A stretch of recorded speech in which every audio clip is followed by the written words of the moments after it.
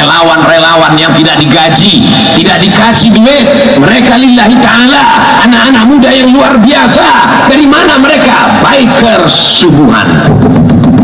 Sabun, anak muda nasya'a kepada Allah, dan anak muda itu insya Allah adalah biker subuhan. Sabun, anak muda nasya'a fi ibadatillah, anak muda yang tumbuh dalam beribadah kepada Allah, dan anak muda itu insya Allah adalah biker subuhan, membangkitkan semangat kita di masa akan datang. Takbir! Semakin memupuk persatuan kita, takbir, semakin membangkitkan semangat kita. Allahu Akbar. Born to ride, ride to Jannah. Lahir untuk mengendara menuju surga Allah Subhanahu.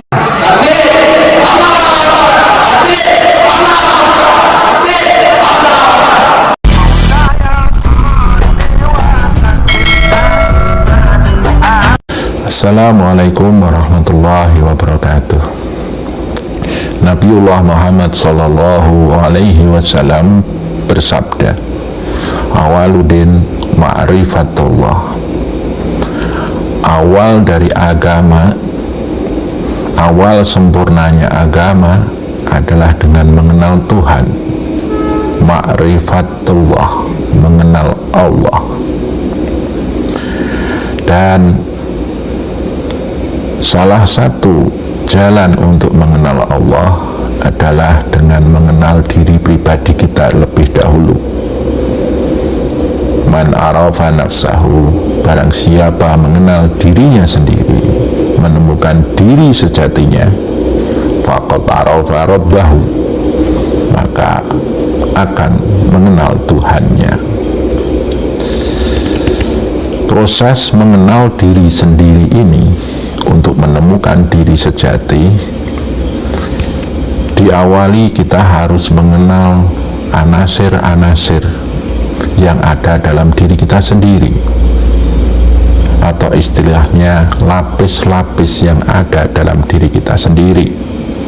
Kita harus bisa membedah apakah atau apa saja unsur-unsur yang ada dalam diri kita sendiri. Unsur diri kita itu dikelompokkan menjadi dua, yaitu unsur zahir dan unsur batin. Unsur zahir kita adalah raga, nafsu, dan akal. Unsur batiniah kita adalah roh, sir atau rasa, nur atau cahaya, dat atau daya hidup. Dari unsur zahir batin tersebut, kalau kita gabung akan menjadi 7 lapis unsur diri. Dan ini di dalam ilmu tasawuf atau ilmu thariqah disebut dengan ilmu martabat 7, yaitu raga, nafsu, akal, ruh, sir, nur, dat. Penjelasannya adalah sebagai berikut agar kita lebih paham memaknai unsur-unsur kita sendiri.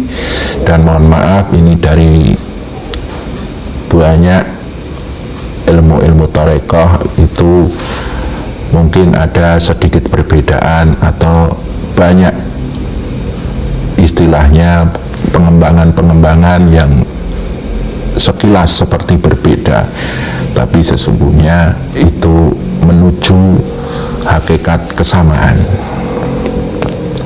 Yang pertama yang saya jelaskan adalah unsur yang paling luar, yaitu tubuh. Tubuh kita ini terdiri dari 2 lapis. Yang pertama adalah tubuh wadak, yang kedua adalah tubuh halus. Raga zahir sama raga ruhani atau raga batin.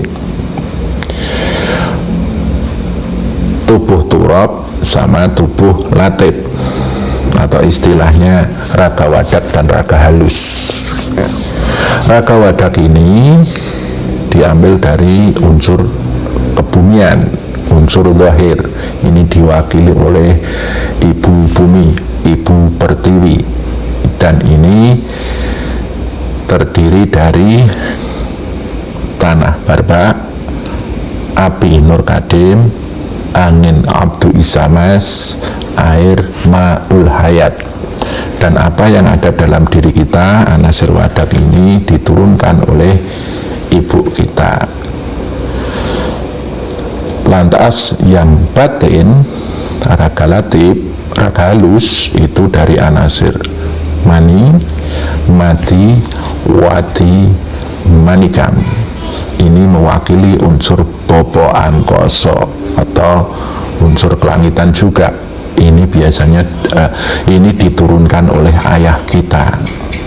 Tubuh kita ini berarti gabungan dari daya orang tua kita, bapak dan ibu kita.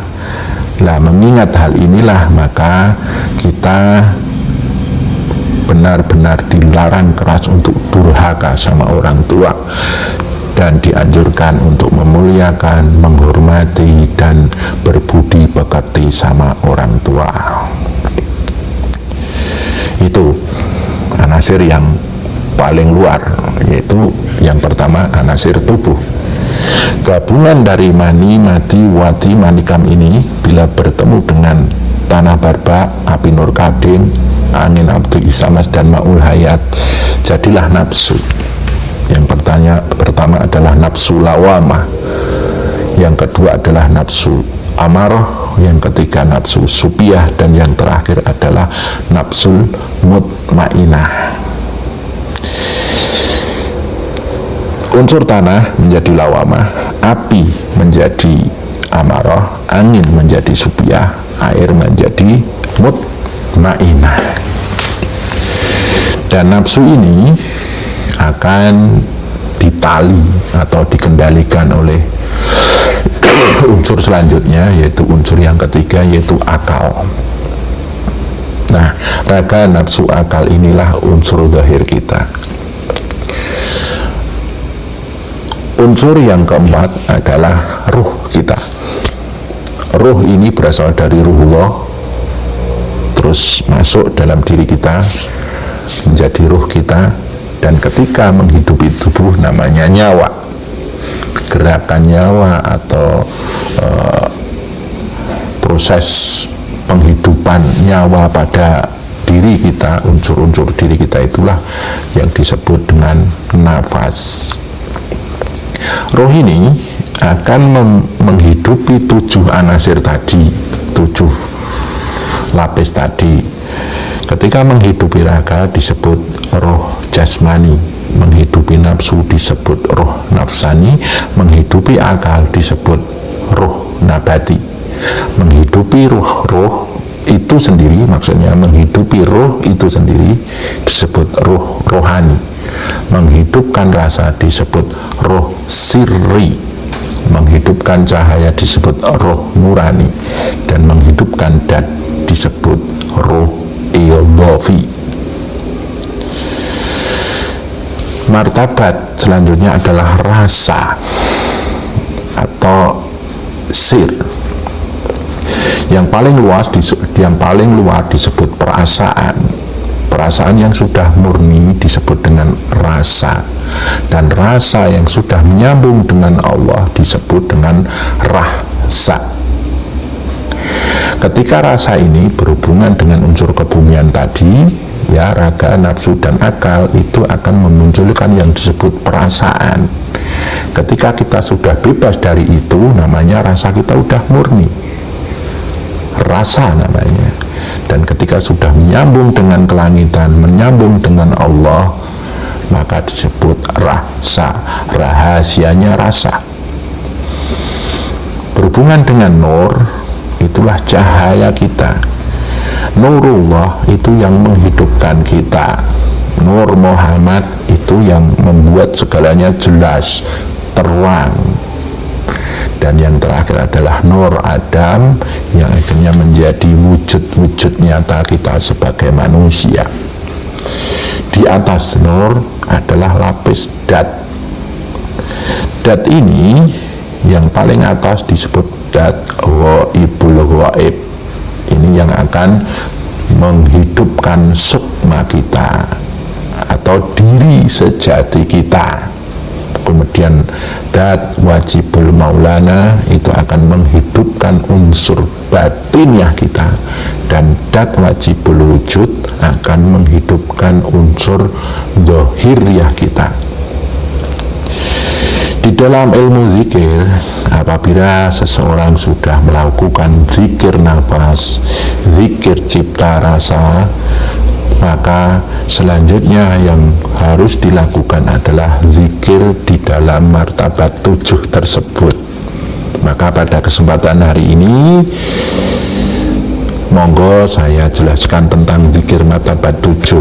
Tapi karena ini sangat rumit, saya ijazahkan kepada saya sendiri dan yang melihat video ini bagaimana satu zikir sederhana yang manfaatnya adalah untuk mensyahadati 7 martabat tadi.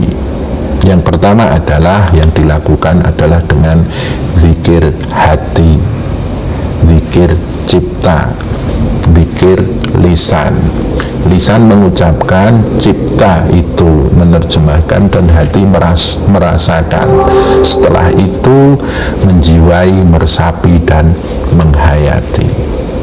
Yang pertama kita lakukan adalah duduk santai, posisi kalau bisa bersila atau duduk sempurna, atau bisa duduk rileks pas kita waktu luang. Yang pertama kita lakukan adalah sadar tubuh kita ini punya tubuh wadak, di dalamnya ada tubuh halus. Kita punya raga turab, di dalamnya ada raga latif. Siapa yang menciptakan itu? Allah. Maka rasakan tubuh kita, baik wadak maupun halus, ini adalah ciptaan Allah. Maka kita sebut Allah yang menciptakan. Kita mengambil dari perintah Quran kepada perintah di dalam Al-Quran, Iqra, bacalah, Bismi rabbikal ladzi khalaq, atas nama Tuhan yang menciptakan, yaitu menciptakan tubuh kita, baik tubuh zahir maupun tubuh halus. Rasakan kita tubuh ini, dan ini ciptaan Allah, ini milik Allah. Supaya tubuh ini mau bersujud, mau bersyahadat kepada Allah, kita harus mentalkinnya. Diri kita harus mentalkinnya. Allah, Allah, Allah, Allah. Rasakan bahwa tubuh ini adalah ciptaan Allah, tubuh ini hamba Allah. Kita menghantar tubuh kita untuk dekat dengan Allah.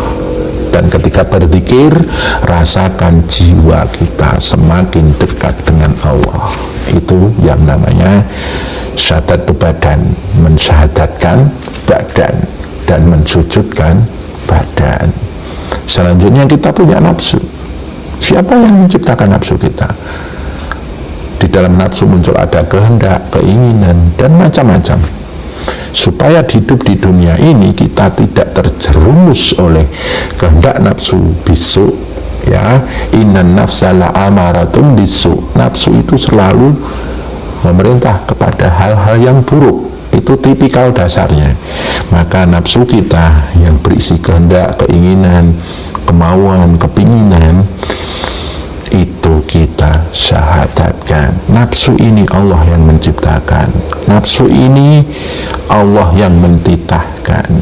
Nafsu ini diberikan kepada kita, Allah yang mengamanahkan. Maka kita selaku pemimpin, penggembala nafsu. Kullukum ra'in wa kullukum mas'ulun an ra'iyatih.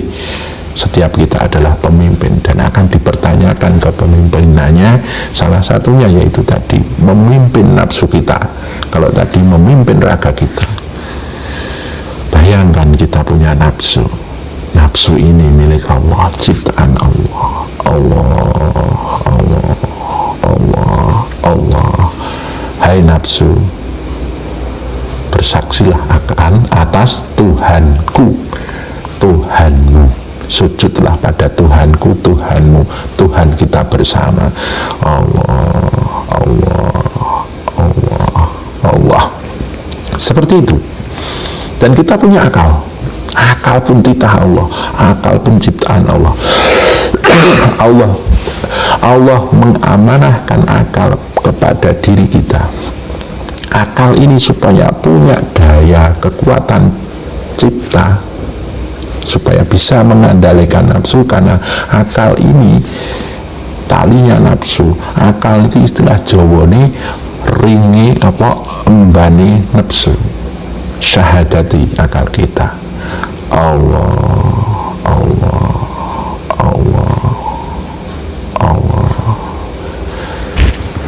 Zikir kita ucap sekali dengan lisan kita, yang penting menggetarkan ini tenggorokan atau urat leher. Hati kita yang bersuara, nanti otak menerjemahkan, hati merasakan, kemudian dijiwai, dihayati dan diresapi. Allah. Talqinlah akal kita akan Allah dan sujudkanlah kepada Allah. Hai nafsu, bersujudlah pada Allah. Kemudian kita jiwai, kita resapi dan kita hayati. Selanjutnya adalah ruh kita.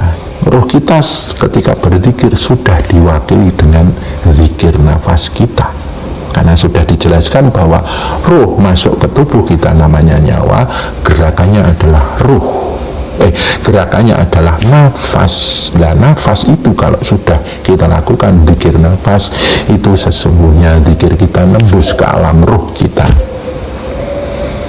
Setelah itu kita lakukan, sadari selanjutnya adalah kita punya cahaya. Kita hidup di dunia ini dengan proses cahaya. Cahaya Nurullah, Nur Muhammad sama Nur Adam, supaya kita dalam hidup selalu mendapatkan titik pencerahan karena cahaya-cahaya tersebut, titik kehusukan, titik kedamaian, titik ketentraman, ketenangan. Itu kita zikirkan cahaya kita talqin untuk tunduk kepada Allah. Kita adalah manusia hidup dunia dengan proses cahaya. Di dalam kiri kita ada satu petala-petala cahaya semesta pribadi, gambaran dari semesta alam raya ini.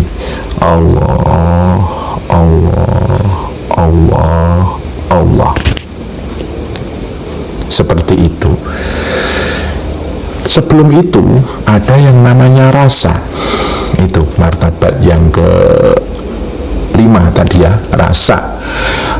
Rasa ini sudah otomatis ketika kita mensyahadatkan tubuh, nafsu, akal, roh dengan syahadat nafas tadi atau zikir nafas tadi dan cahaya ini, otomatis rasa ini sudah ikut disyahadatkan.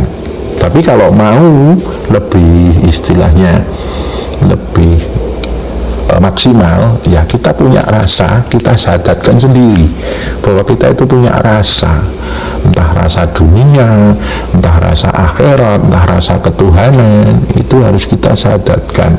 Hai rasa, sujudlah pada Allah.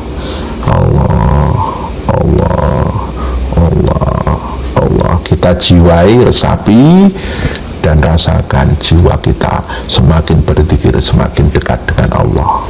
Yang terakhir adalah dat. Kita sekarang hidup di dunia ini, hidup kita harus sujud sama Allah. Talqinlah hidup kita sendiri agar menyaksikan Allah di dalamnya. Allah. Sehingga hidup kita akan semakin sujud, tunduk pada Allah, dan jiwa kita pun akan tunduk, sujud, dekat dengan Allah. Unsur dat yang selanjutnya adalah adanya kita. Sekarang ini ada, kita ini ada, diadakan oleh Allah yang maha ada. Kita harus mensyahadatkan keberadaan kita. Allah, Allah, Allah. Ini dilakukan dengan zikir hati, zikir sir, zikir rasa. Nah, setelah itu puja-pujilah Allah yang telah memberikan tubuh, nafsu, akal, roh, sir, nur, dat, sehingga kita menjadi titah yang sempurna, titah Allah yang sempurna. Puja-pujilah, subhanallah, subhanallah, maha suci Allah, alhamdulillah, maha terpuji Allah, Allahu Akbar, maha agung Allah. Diulang-ulang, diresapi, dijiwai, dan dihayati. Kemudian la haula wala quwata illa billah.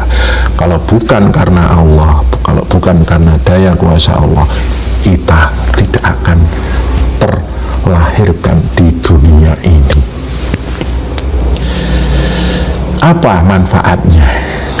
Manfaatnya adalah ketika kita melakukan zikir martabat 7 ini, akan lebih mudah simpul-simpul hidup kita, simpul-simpul diri kita, simpul-simpul pribadi kita untuk taqarruban kepada Allah.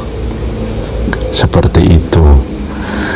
Dan semoga ini berguna khususnya bagi saya dan umumnya bagi panjenengan semua.